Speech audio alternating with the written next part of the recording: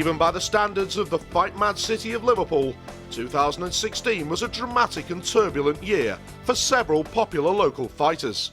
Perhaps nowhere more so than at the Everton Red Triangle gym, where some of the stories could have come straight from a Scouse soap opera.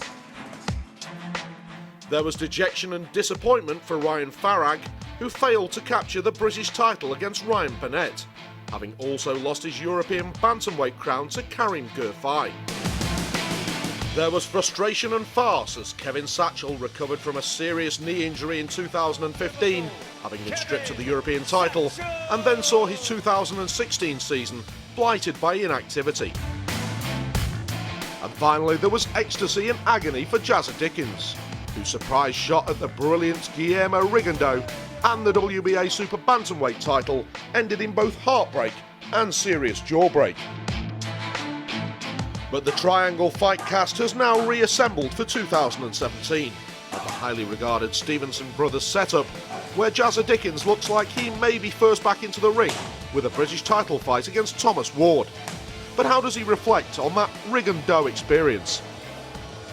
It didn't go as planned, but I felt the level in class and I learned also. It was only 2 rounds, but I did learn in there too. But I felt comfortable, held my own in there until I got caught with a good shot. And as I say, there's nothing I could do about it. Fighters 2 fights on with broken jaws, but I was using instruction to hold my jaw up, you know, and getting shooting pains behind my eyes and stuff like that. So it was impossible really to. I would never like to end a fight like that, but it was unfortunate that I had to, and I'll be back stronger 2017. It looks as though it's going to be a British title defence for you. You're pencilled, I think, to fight Thomas Ward. What are your thoughts on that? Yeah, great. For Thomas Ward's brother, Martin Ward, last year. That was a great fight. We defended our British title for the first time, and it was nice. It was a good win, and I think Thomas is a better fighter than his brother. No, you know, no taking nothing away from Martin. He's a good fighter, but Thomas is more skillful than Martin. So I think it'll be a good fight. I'm looking forward to it. I don't think JAZZA's ever been the real JAZZA yet. I don't think the public have seen what he's really about. Hopefully they were going to, you know, when it mattered, but it didn't happen. But you watch that boy, he's got a real star quality when he's happy, when he's boxing well, when he's getting it right, when he's listening to the corner and doing the things he should do. He's definitely got a world title in him. I just want to be world champion like I always have done every single day since I've been a kid. I dream of being a world champion. I go to bed thinking about it. I dream about it, wake up, come to the gym and think about it, go back home thinking about it. Every single thing in my life is geared towards being a world champion, so when I get my hands on that belt, it's going to be nice. Bring that home to the kids and my family. Another would-be world title contender is Kevin Satchell, who will still operate at flyweight despite having his last outing at bantamweight as far back as last June. Satchell could be in line for a well-deserved tilt at one of the world title belts, but he's clearly keen to put a wasted 2016 out of his mind. I come back in 2016 injury free and ready to go. It was going the way I wanted to, and I was expecting to get hopefully a title fight. Because of the different things and different meetings and stuff like that not happening, it never ended up happening, and I never ended up getting a fight before Christmas. So it was a frustrating end to the year that I thought was going to be a big year for me. You're still young, there's still time. What's the plan for 2017?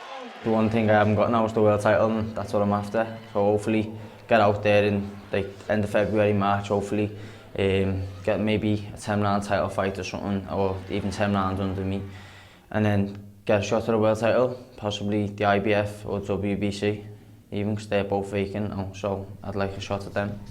He's always mentally strong, Kevin, and nothing will bother him, and nothing will sway him, you know what I mean? He's always focused and ready, so if a world title fight come up, then yeah, we'd look at it. In your own mind, ideally, would you like a little preparation, a little? Ideally, yeah, in an ideal world, you would, yeah, you'd like maybe a 10-rounder against someone, or you know what I mean, some tough international opposition, but it's not an ideal world, is it? Whoever's in my way, I will fight them. I've never been too picky about my opponent or nothing like that. As long as you've got some good footage on them, then we're happy to fight anyone. Zhu Shiming, he's just won the WBO. So even a possibility of a shot against him, you know, over in China or whatever, I'd travel for a world title. It doesn't bother me. So I just want that world title this year. 2 defeats in key title fights hasn't knocked the ambition or confidence of Ryan Farrag, who still believes he can operate at top level. However, he may have to drop down a weight to give himself the best possible chance of title success. I'd say I boxed at the top level in bantamweight last year against Guerfi and Burnett, and I just felt like the lads had a little bit more strength on me, so I'm gonna go down to super flyweight, and hopefully I'll be the biggest out of bunch down there, and they'll be feeling my strength sort of thing. So I'll be definitely looking for titles next year in that division. What sort of impact do you feel you could make at Superfly? I think I could make a great impact. I mean, I don't think there's anyone in the country at that weight that would give me problems. You know, I might be wrong, but I don't think. I mean, and at world level even, I think, you know, Yafai's just won a world title at that weight. You know, I think that'd be a great fight. You know, obviously I've got a bit of work to do before I'm there yet, but you know, world titles by the end of 2017 is not far off. The disadvantages that he had against Guerfi and that he had against Burnett, I mean, physically, they were a lot bigger than him, they were a lot stronger than him, even though they're the same weight. So there are options maybe to move him down, or he could stay at bantam, you know what I mean? Just put a little bit more weight on him. And there are world opportunities at bantam, aren't there, because there's the likes of Paul Butler's moved up there, and there's McDonald as well, you know what I mean? So Lee Askins. So there are opportunities there as well. So for Ryan, it's just about picking the right fight, but the right weight as well at the right time. New local talent regularly joins the Red Triangle conveyor belt, such as unbeaten lightweight John Quigley and promising amateur Mezjek Spear. But one fighter definitely worth watching out for this year is highly promising prospect Stephen Lewis. You're now 13 unbeaten. What's the plan for 2017? And I was speaking to Paul and Mick, and obviously the new manager Anto and MGM, and just said any opportunities they put forward, I'm happy to take. Just, any fight they put forward to me, I'll take.